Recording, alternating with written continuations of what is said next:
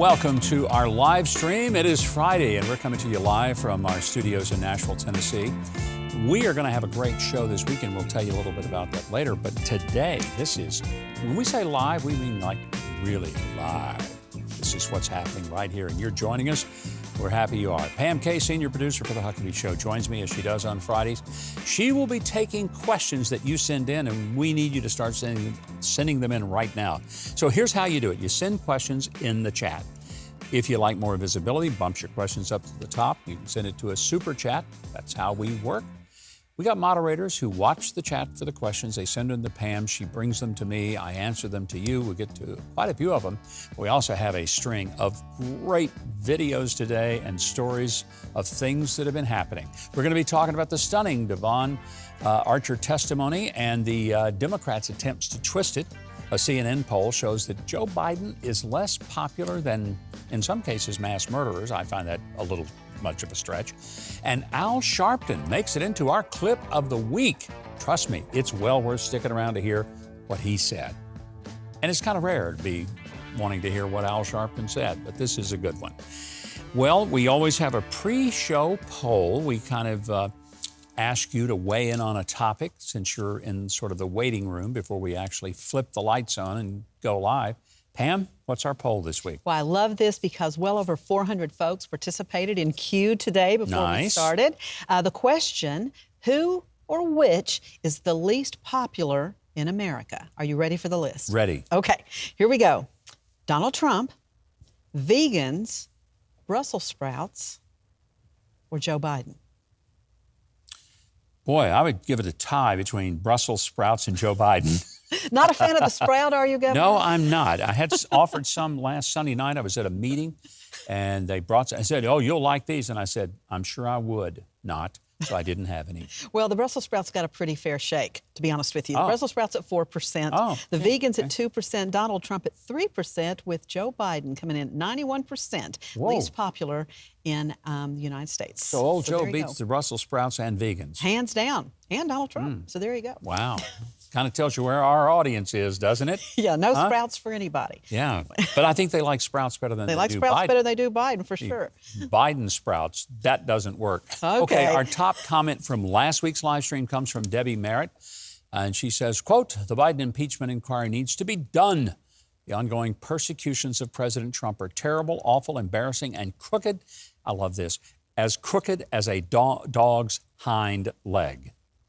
Now think about that. The dog has hind leg and it's crooked. Yes. That's kind of how the dog jumps and all that stuff. Yeah. I had to think about it myself, and I've had dogs forever. Quite the visual. Yeah, it is. It is definitely a visual. We got a question for you this week, and here it is. We'd like for you to weigh in on it, going to the chat line. Do the continued Trump indictments make you more or less likely to support Donald Trump?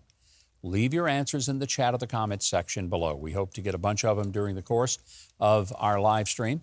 Be sure to hit the subscribe button. Maybe you're already a subscriber. You don't have to do it. But if you haven't subscribed, touch that button right now. Hit the notification bell. Be sure to also issue us a like and share it with other people. All of that is important. It gets to more people. It's not that we're just sitting here like a bunch of narcissists and we just want to be liked by the punch of a button. It honestly has to do with spreading the message out and getting more people to be able to see the videos and the live stream.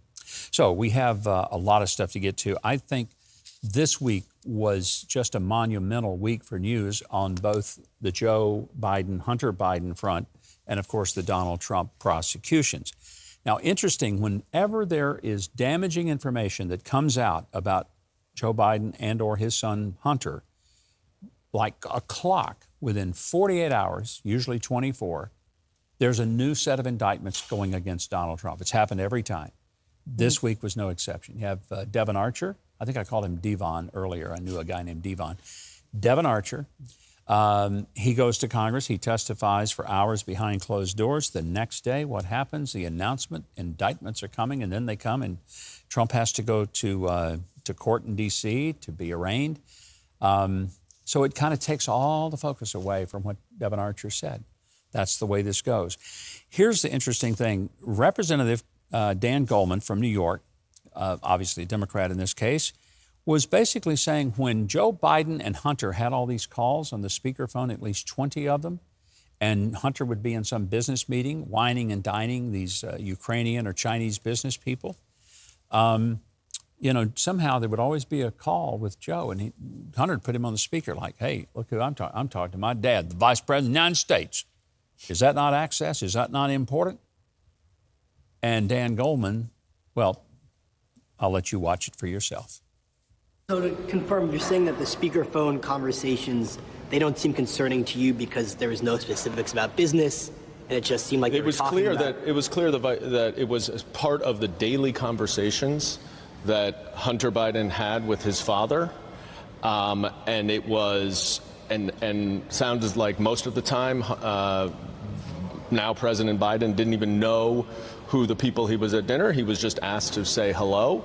And he would, talk about the way he described it several times. They asked over and over and over. He described what the weather was, how what's going on your end. Yeah, how's the weather? Because every time my 3 adult children issue me a call and I'm in the middle of a very intense business meeting, the first thing I do is put them on speaker and say, how's the weather? And that's what they ask me.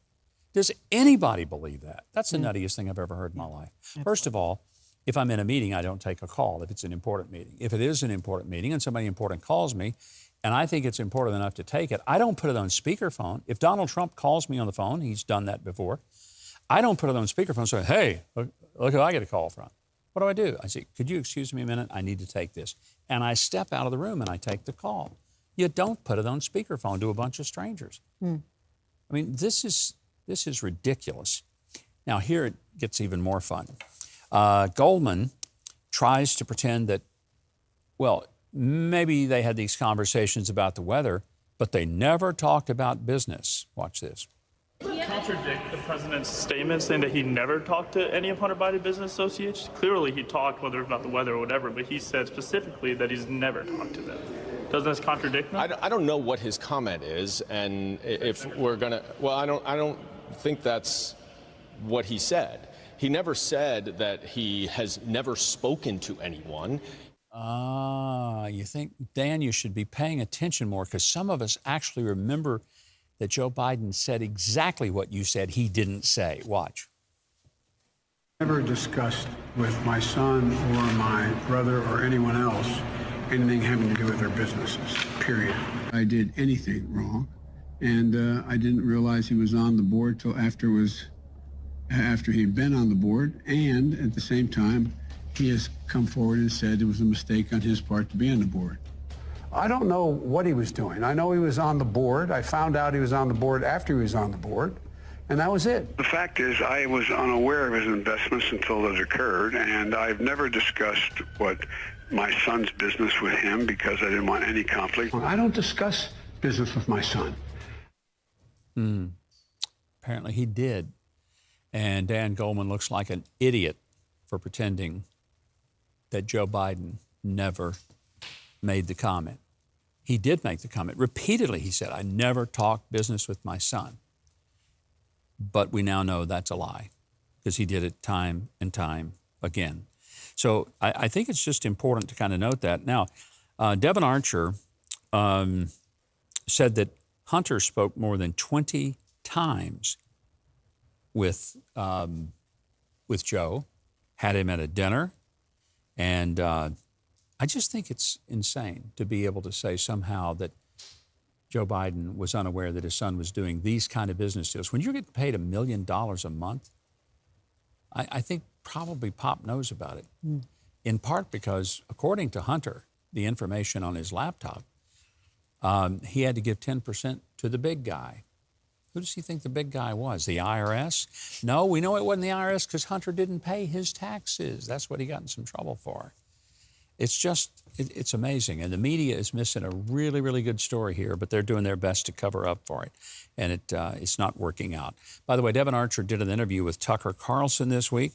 And, you know, he pretty well explains how this works. And look, if you've ever been around politics, you understand the name of the game is influence and access. Watch. What is that? A grown man calling his dad on a speakerphone during a business meeting? Right, and to be clear, sometimes it was the call was coming in and the speaker would go on. So it's just the president. You have to be, I mean, you understand, DC, right? So the power to have that access and that conversation, and it's not in a scheduled conference call, and it's a part of your family, that's like the pinnacle of power. In Washington, the currency is not the dollar bill. The currency is access to power. You know, it's interesting, Pam, if you're in sort of a New York world, money is everything in New York. Yes. And people kind of, what do you do for a living? How much do you make kind of stuff. In D.C., it's not about how much you make. It's who do you work for? What is your title? Who are you closest to? Who do you have access to? How close to the real, just levers of power are you? It's access. That's the currency of D.C. And that's exactly what Devon Archer was saying. And I think it's fascinating to hear him just blatantly say, look, we were selling access. Because, I mean, does Hunter Biden, if his name was Hunter Smithfield, do you think that he would be on the board of Burisma? Do you think for a moment that people would say, we got to, kind of get close to this guy. Let's pay him a whole bunch of money. Nope. His last name was Biden. His dad was the sitting vice president. And so he gets invited to stuff. He gets paid to do stuff. And a lot of it has to do with the fact that he can get his pop on the phone, put it on speaker, and basically tell everybody in the room, I have access. And if you have access to me, you have access to the big guy. That's influence peddling, pure and simple. And maybe someday the national media will actually have some interest in it. Well, Joe Biden has been on vacation quite a bit, 383 days so far in his presidency. I honestly don't care. In fact, I would say it this way. Sometimes people worry, who's taking care of the business at the White House when Joe's away? I would say it's the same people who take care of business at the White House when Joe's there. We don't know who they are, but it ain't Joe. So nothing really changes. But Joe's been down at the beach at Rehoboth in Delaware. And here's what's kind of troubling. While he's gone on vacation, his poll numbers are tanking. And it's so bad that even CNN couldn't ignore it. In this poll, people are also asked who they trust more on the handling of major issues. This really sticks out. Yeah, it does. They ask congressional Republicans or the President of the United States, and we know congressional approval rating tends to be very, very low. Yeah, like in the tank. I mean, like you can say it without even looking at the latest poll. Yeah, that's exactly right. Mass murderers sometimes have greater approval ratings than Congress. But what we see here is that more people actually trust congressional Republicans than President Biden on the most important issues of the day. I mean, the guy was obviously being a little hyperbolic when he said mass murderers have better approval ratings than Congress, but he's not that far off. Because typically, Congress, when you just ask people what's your view of Congress, not your particular congressman, but Congress as a whole, it ranks up there with mosquitoes and snake bites and spiders and all sorts of things that we don't care for. So if Joe Biden is polling less than Congress in confidence in dealing with the economy, it ain't a good sign at the White House for that to be happening. This is a week that had some very bad news. Fitch Rating Services downgraded the U.S. credit to AA+, down from AAA. May not seem like a big deal, but it is a big deal. It's the first time it's happened since 1994. Interestingly and shockingly not, the Biden administration immediately came out after this downgrade and they said, oh, it's because of Trump. Trump hasn't been president in 3 years. It had nothing to do with Donald Trump. Under Donald Trump, we did not lose our credit rating. It downgraded after 3 years of Joe Biden. Right. But they say, no, it wasn't anything the Biden team did. It was Trump's fault. I swear, I think they blame Trump for the kidnapping of the Lindbergh baby. I think they believe he was the one who brought down the Hindenburg. And he probably was seen running from Ford's Theater the night of the Lincoln assassination. That Donald Trump has been everywhere. It's amazing what he has gotten himself into. Before we get to your questions, please keep sending them in. And while you're sending them in, be sure to subscribe, hit the notification bell, be sure and like and share. Let other people know that we're doing the live stream right now. But we can't let a week go by without giving you an update on a very healthy diet of Kamala Harris word salad. This is, this is an interesting thing. Her polling, we said his is lower, Biden's lower than Congress. Hers is lower than his. Watch. Reports that say that you have the lowest approval rating of any vice president. I'm curious how much of a role, if any, that you feel race and gender play in that. Well, there are polls that also say I have great approval ratings. Really? What are those? The terrible moment for that reporter was the lack of follow-up. Because if I'd been asking the question, which was kind of a bold question, you have the lowest approval ratings of any vice president in history, what do you say about that? And she says, oh, no, some polls show I'm doing great. I would have sent, what polls were those?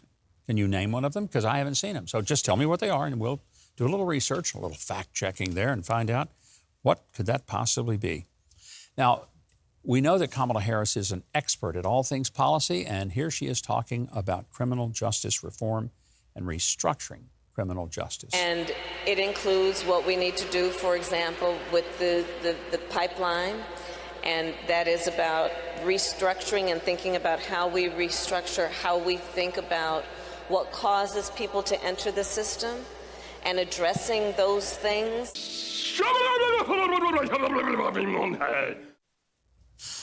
That's kind of how I feel watching her.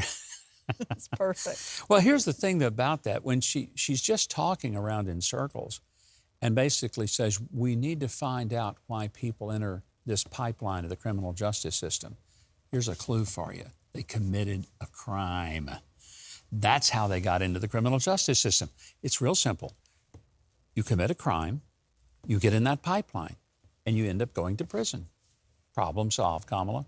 Saves the taxpayers a lot of money.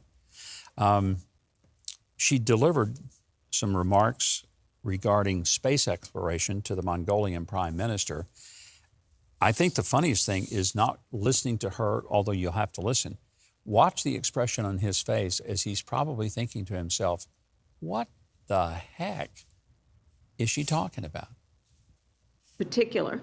We will discuss the work that we will do together to strengthen our space cooperation. You and I spoke briefly about the beginning of the next era, and for you, what that means in terms of your leadership and your vision for the future.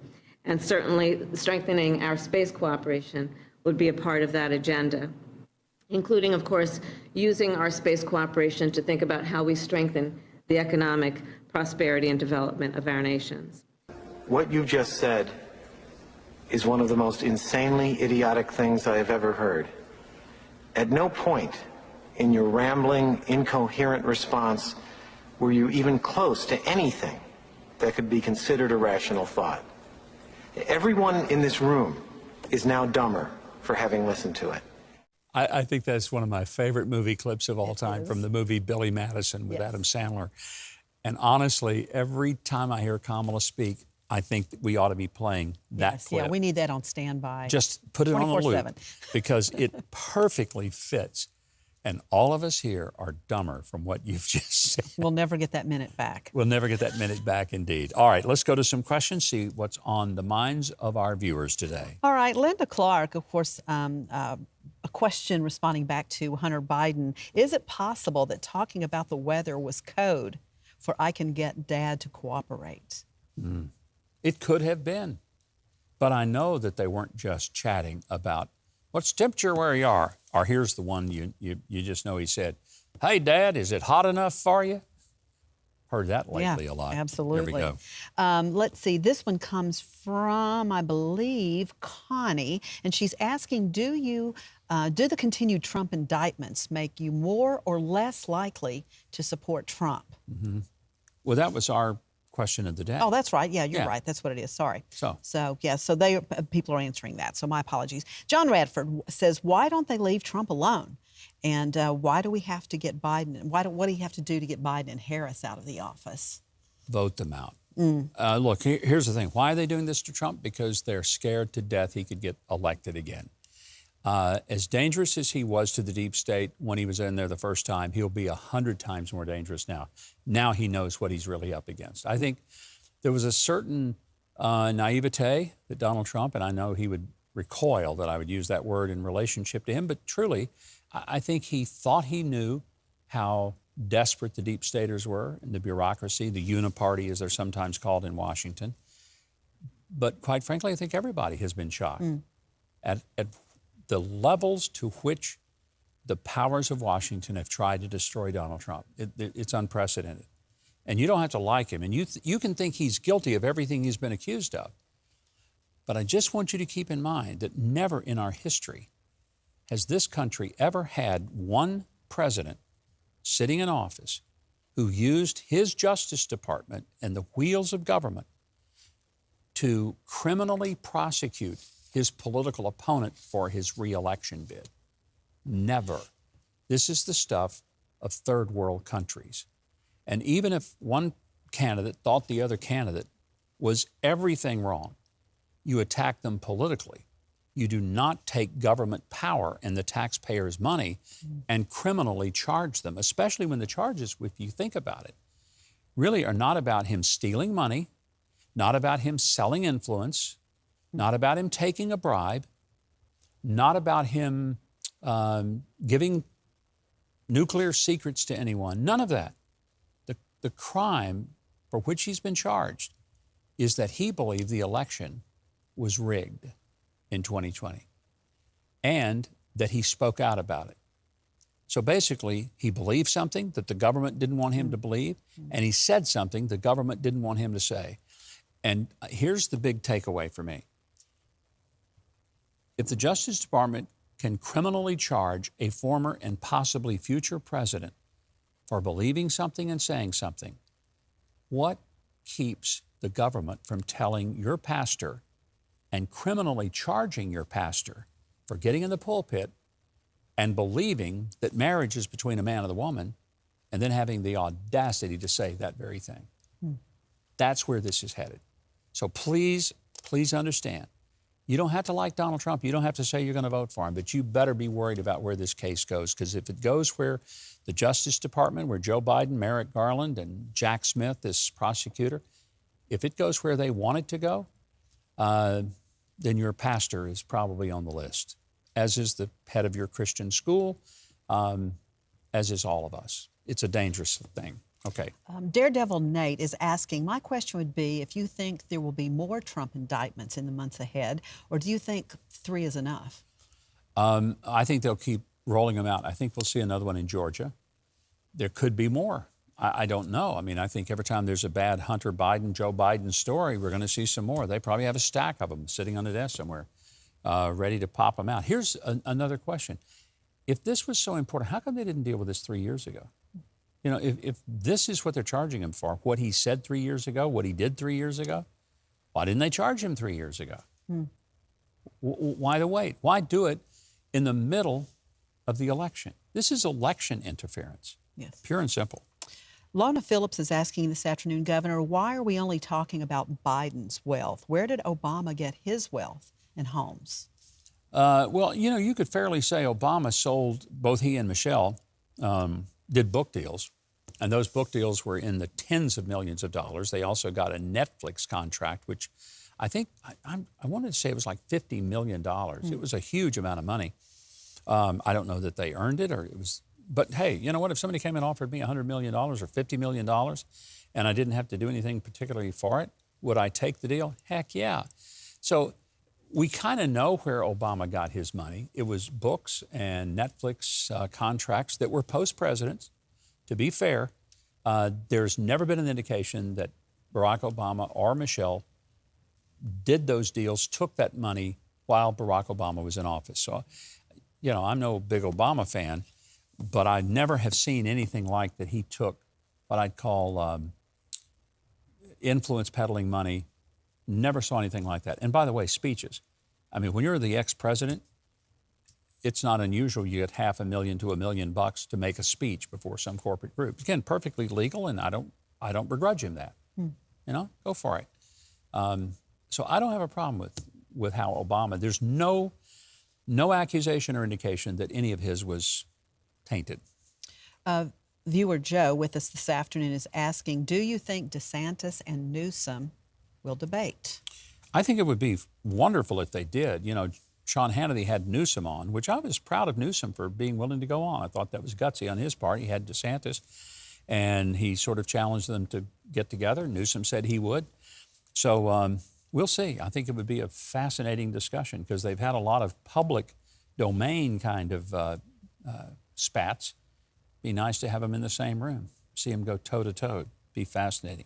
We'll take another question, then we've got a couple of videos I got to get to before we close out. Valerie Walker is simply asking, how does Harris have any approval ratings? I guess she's got a big family. It's the only thing I can figure, family members. Because I can't imagine who else would watch one of her speeches and say, that inspired me. That spoke to me. I find them comical. I sure do. Have you subscribed to the channel yet? Because if you haven't, this is right now a good time to do it. Hit the notification bell, hit the like and the share button, do all those things. That's pretty important. We need to have you do it.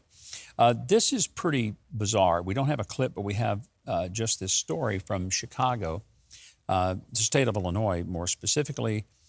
Governor Pritzker of Illinois has signed legislation. I had to read this story 2 or 3 times to believe it was true.